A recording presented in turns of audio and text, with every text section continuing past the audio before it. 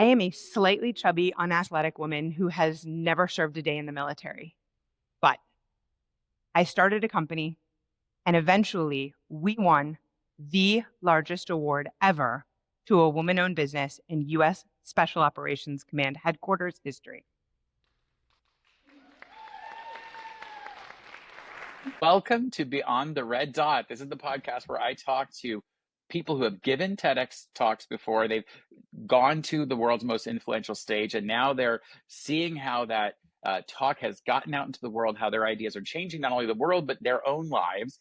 Today, I have with me a really great guest, my friend Lauren Wittenberg Weiner, and her TEDx talk, which is called, and I want to make sure I have the name right, so I have it here on my computer somewhere. Let's see where it is. Credibility and Connection Through Thoughtful Authenticity. Fantastic talk, has more than 500,000 views on YouTube. She's got a new book coming out and a podcast by the same title, Unruly. But I'm going to tell you, this woman is the most overeager, go-getter, rule follower I know. So I got to ask, Lauren, unruly, that can't be about the way you live your life, or maybe can it? What does it mean, unruly? So unruly is, look, I am a rule follower to the extreme, right? I don't break rules, but there's also like a box around you when you follow rules more of, without thinking through where is there space within the rules. So the concept is finding the space within the rules. So never breaking the rules. Like I am way too paranoid, way too anxiety ridden to ever break any rules. But there's so much space within the rules, including both the written rules and the unwritten rules, that's how I found, when I started my company, everyone told me I was crazy. Everyone told me it's never going to work. You don't know what you're doing.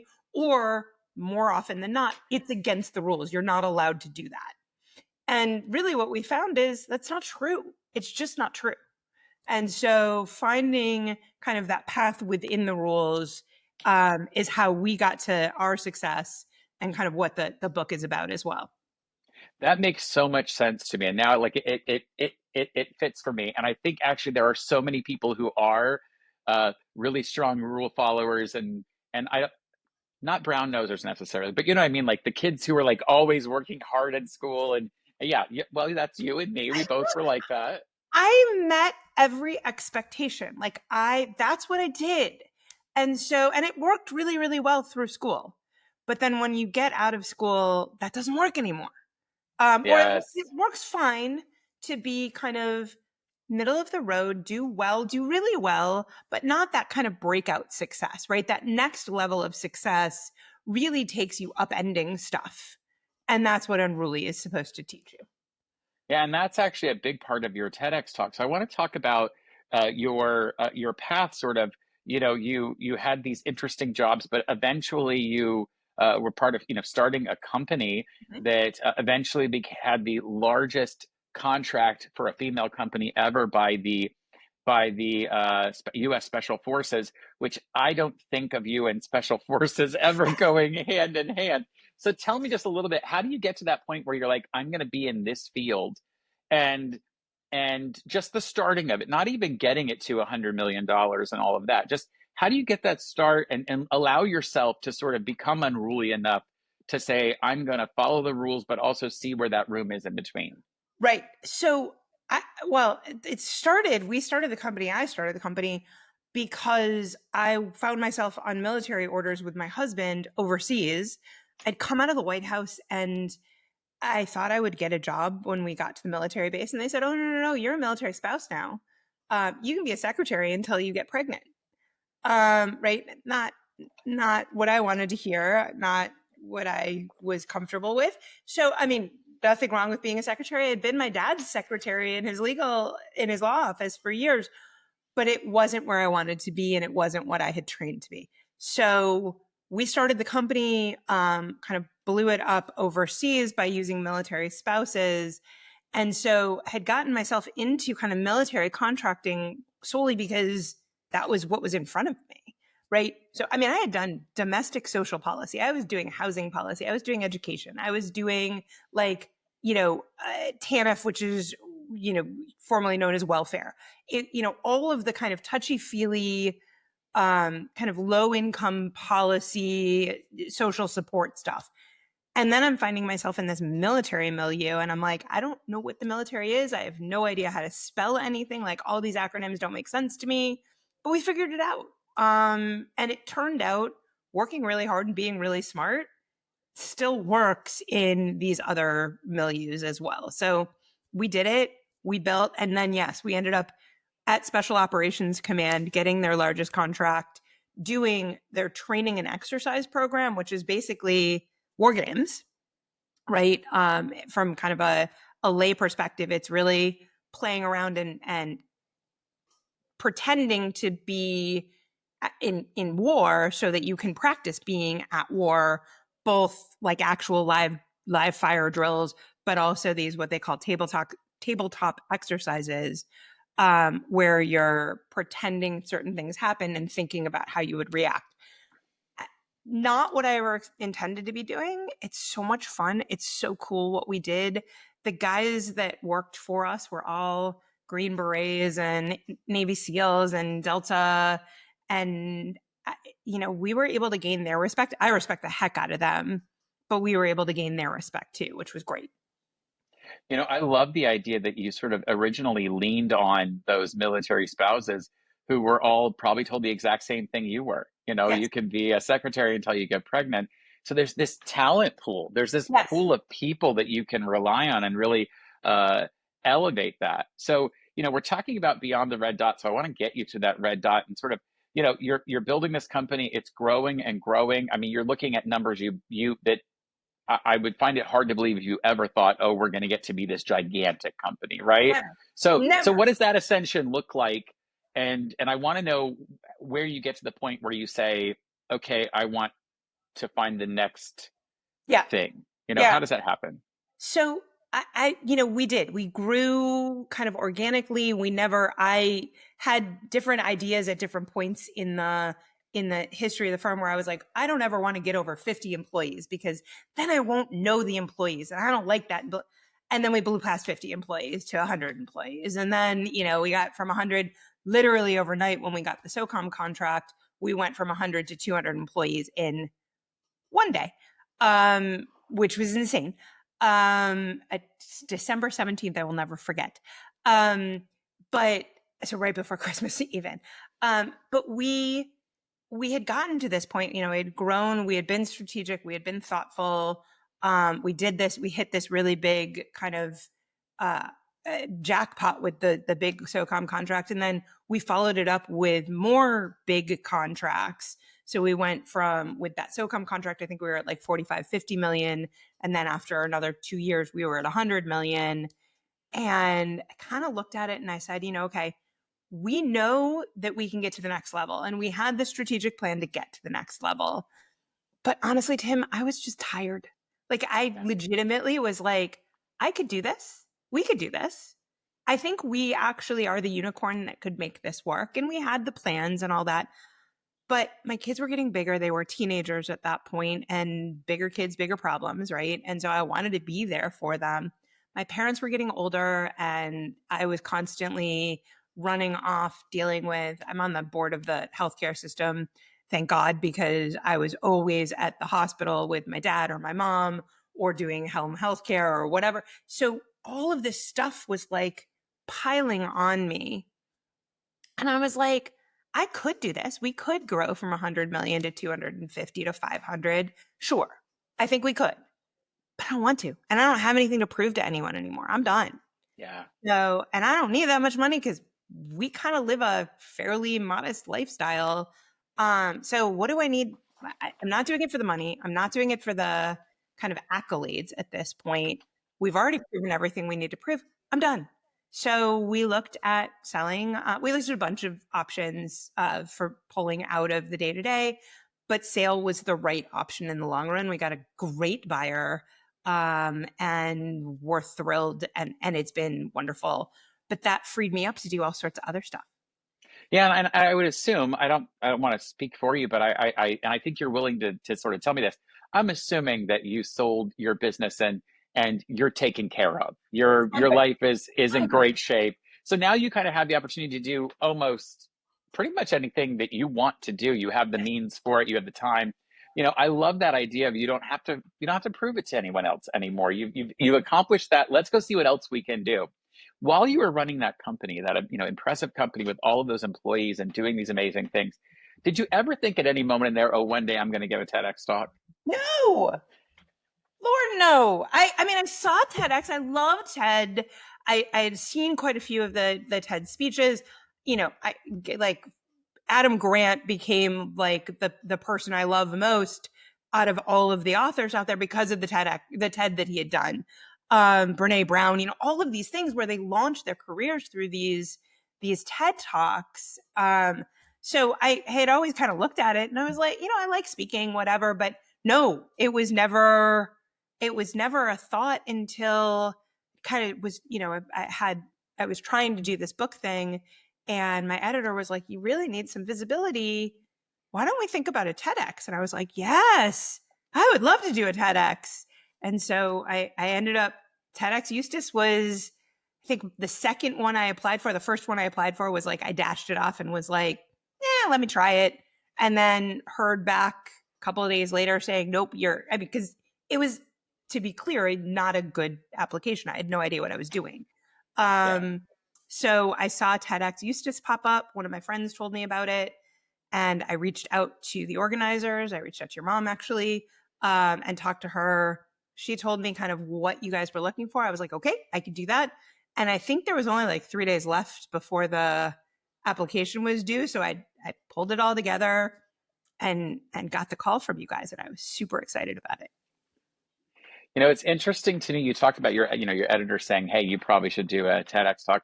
I try to explain this to so many hopefuls. People who are either trying to launch a career and they wonder if they should write the book first or the TEDx or whatever else. It's interesting for a long time when books were harder to do. When you had to get chosen by an agent and then a publisher had to pick your book and then had to publish it. It was one of those gatekeepers to success of a credibility, like Yeah. instant credibility. Like if you published a book with a major publisher, wow, it's instant credibility. But today it seems like even people I know who I feel like they can barely string together sentences have books published because you can literally have AI help you and then go to Amazon KDP and all of a sudden you're a published author, which Yes. leaves the only real credibility marker anymore that I see that is really having a TEDx talk, because it means a TEDx organizer has vetted you, decided you, worked with you, put you on the stage, and then we can watch the video to see if it's any good, right? Like we can Yeah. tell whether you actually could speak. Right? It's a 10-minute talk, 12-minute, whatever talk. You can tell very quickly and, within 30 seconds, is this any good? And oh, by the way, is their book going to be any good? Or by the way, is everything else that they're offering along with Yeah. that any good from that TEDx talk? I mean, it is a huge distinguisher. And there are plenty of people who are not great on the TEDx stage. I certainly don't want to say that everyone who makes it to a TEDx is great, but man, it can be a huge launching pad.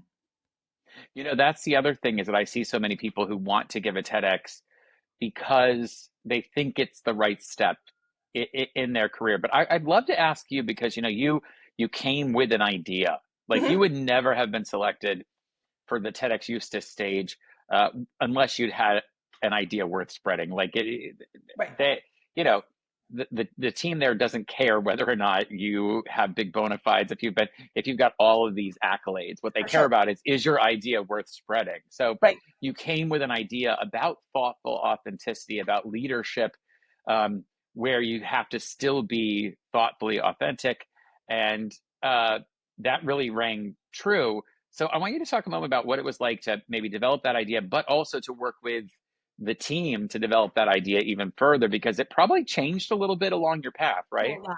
Oh, for sure. A lot. And again, I put this out there as a thought, but I had only a couple of days, like I said, to do it. And so I honestly, it was, I thought it was a good kind of topic. And then I had to go back and look and go, wait, what did I say? What, and we didn't have the title for it. I didn't, thoughtful authenticity kind of came through the process. It had been this balance between kind of laying it all out there and credibility. Like, how do you balance between authenticity, which is really important, but also credibility? And so that was the idea that I pitched.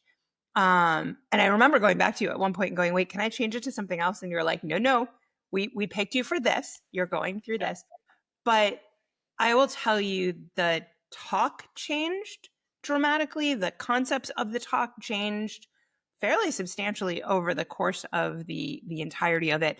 I had the world's greatest coach in Kate, and technically Kate was my coach, but she came along with an extra bonus coach, which I got super lucky in that. I had you, I had all these people, and I remember, I put the first draft together, and I was like, "This is not good. This is not good." And they were like, "No, it's fine." I'm like, "No, this is not good." And the iterations of it made it so much better. It was, I mean, I speak all the time. I had been speaking for years from graduate school on.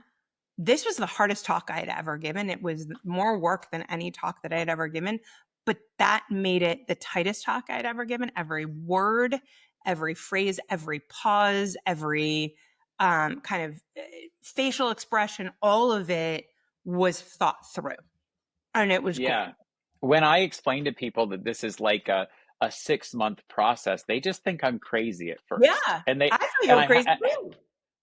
and we have You to are say a to them little like, crazy, but that's yeah, okay. well, but when people are not used to, they're not used to that. What they're used to, especially some of the worst TEDx speakers are the ones who think they know it all already. Well, I've led a huge company and I speak to people all the time and it's just off the cuff with a few notes. And because they're action oriented people who are used to just going out there and talking and people will listen to them and no one will tell them you wasted 20 minutes of my time, when you could have said this in 3 minutes. Mhm. So you learned that 6 month process was like, how important was it to go through that whole process?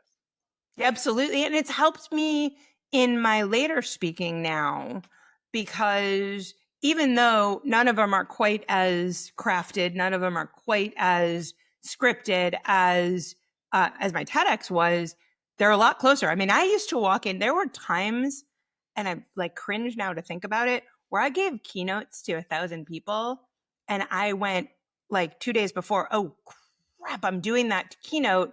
What am I talking about? And I would like literally dash off a couple of talking points and walk up with, 2 sheets of paper and talk. And it was great and it was fine. And I'm sure I did okay. I mean, I got great feedback, but it was not well thought out. It was not well planned out. I don't think they had as many take home Yeah. ideas from it.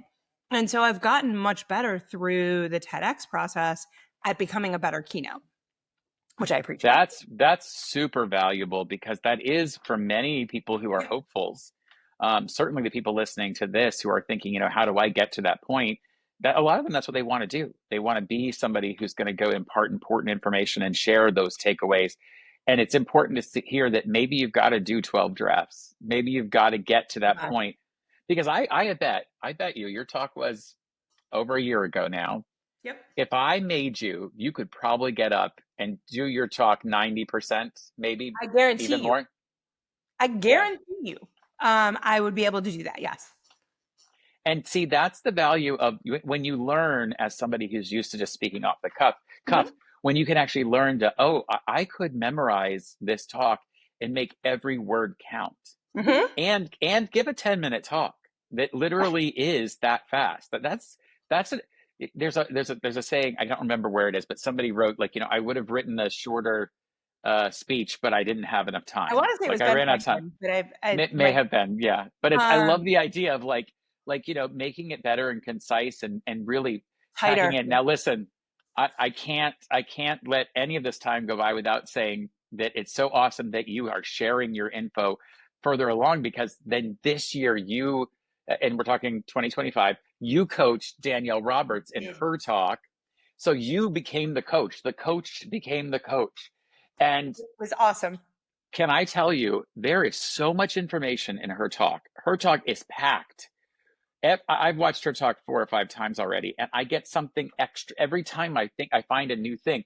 You two packed so much into her 10 minutes of a She talk. did. She did. Well, okay. I will. She was amazing. And it was all her with me asking some questions. She was phenomenal. I mean, I loved coaching her. Well, isn't it lovely? Sometimes we get those people that we coach where it makes us look really good, and we didn't have to do that much. Like we're like, I was like, this is great. I mean, her first draft was so solid that I yeah, pushed her on a couple of things. I think we got it even tighter. I've been working with her, Sam, and she's become a really close friend. yeah. So I've been working on her longer keynotes with her. She's helped me. I've got a commencement speech coming up next week. So she looked at mine, you did too. So we go back and forth, but she had it so tight from the outset. So I pushed her a little bit on a couple of things, and then we just kept going on practicing and getting the cadence right and getting. But she didn't have to redraft hers nearly as much as I had to redraft mine. Well, She some came some out of the fully. ideas, come out more fully formed, right? Than others, but that also just depends, right? Like, I mean, Right. sometimes there's more work to get there. Yeah. Um, it, you, she shares many qualities with you in terms of the go getter, the Yes. she's willing to put in the work, and I love that so much. Now, you did your TEDx talk.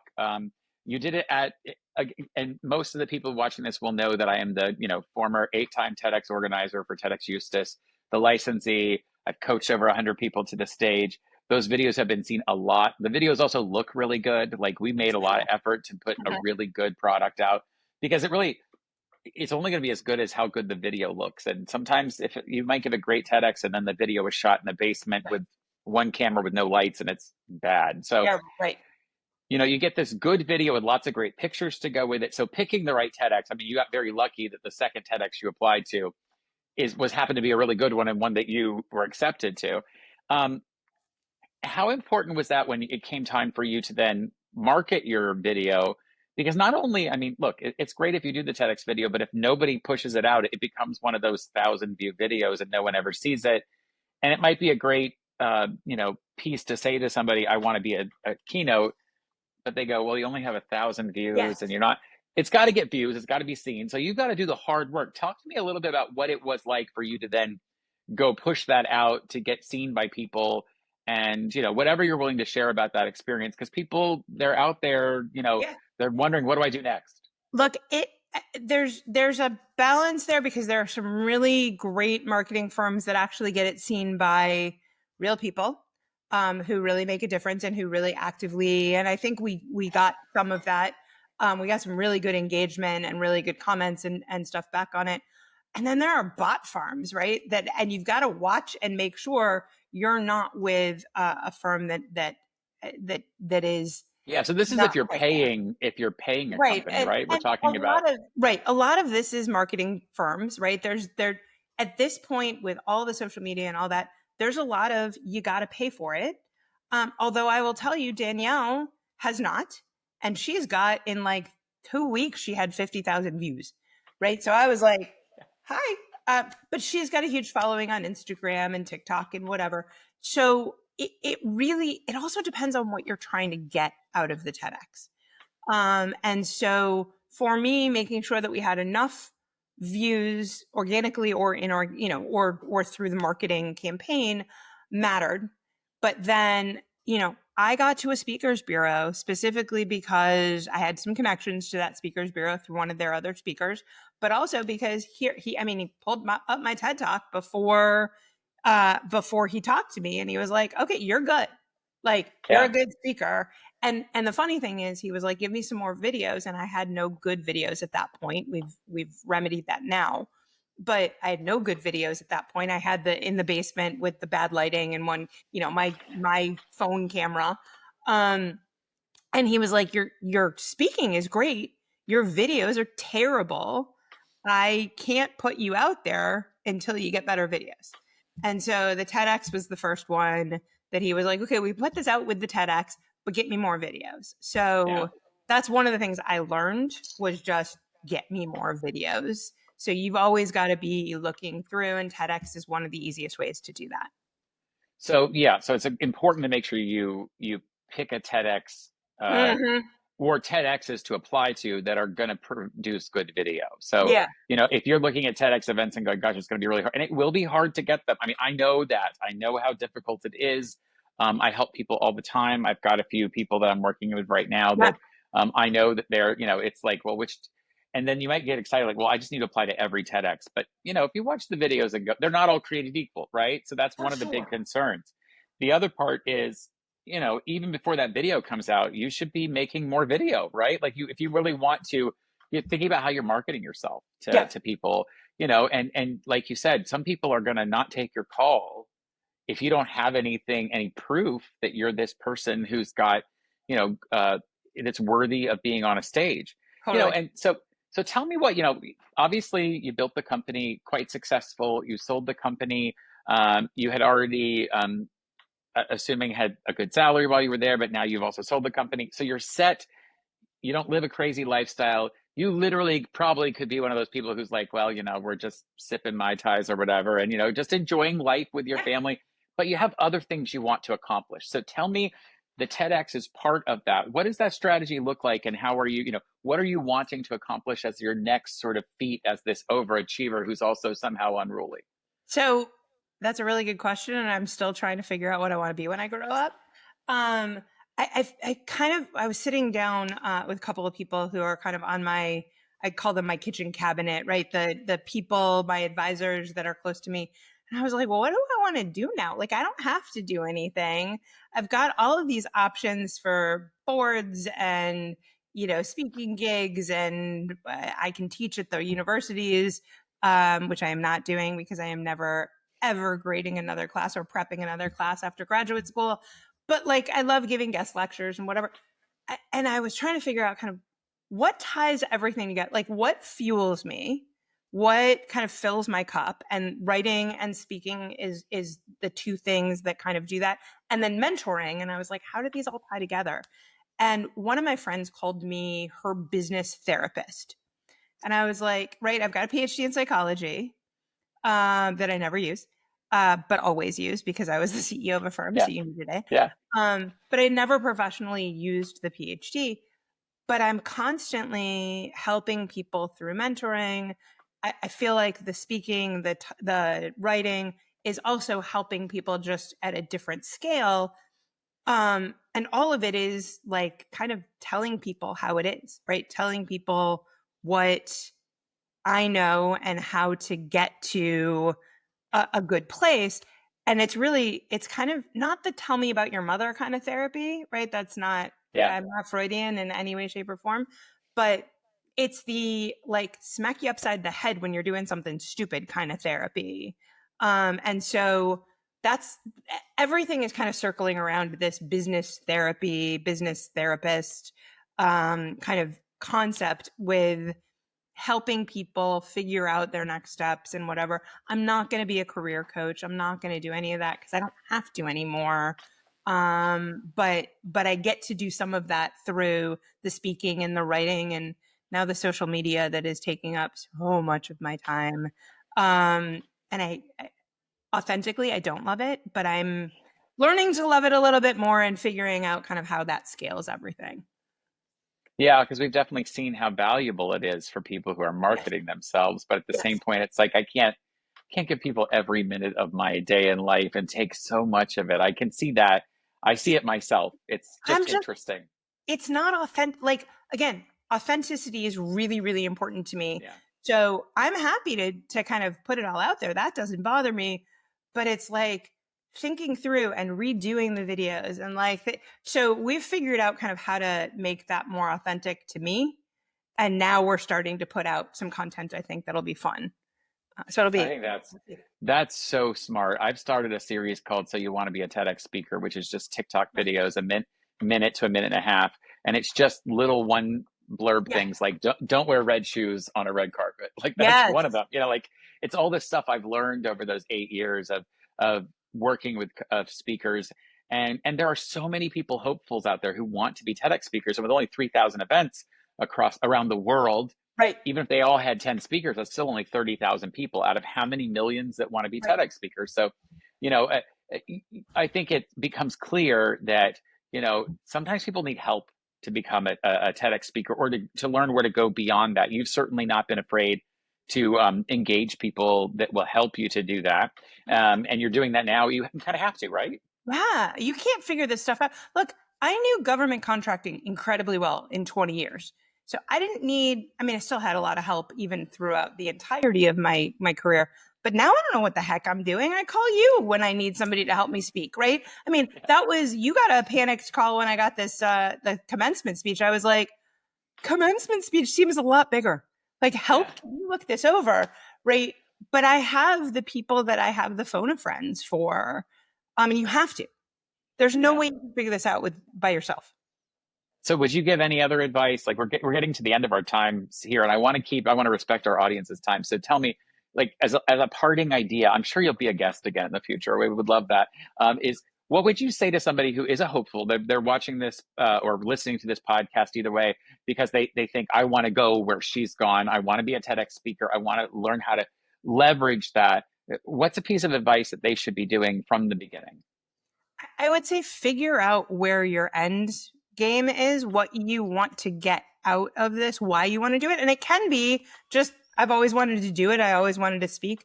But then figure out from there what kind of message you want to put out into the world and how it gets you to the final result that you want, and what's your distinguisher in terms of what you can tell people that nobody else can tell people, right? And how did that, and then again tie that to your end result. So what can you tell people, and why do you have a message that nobody else does, and then tie it back to where you want to be. Well, I love it. Lauren, thank you so much for going beyond the red dot with me today. It was so fun to hear what you're doing as you continue that, as you get a little unruly and teach us how to still work within the rules, but find those areas where we can really become differentiated and therefore find great success.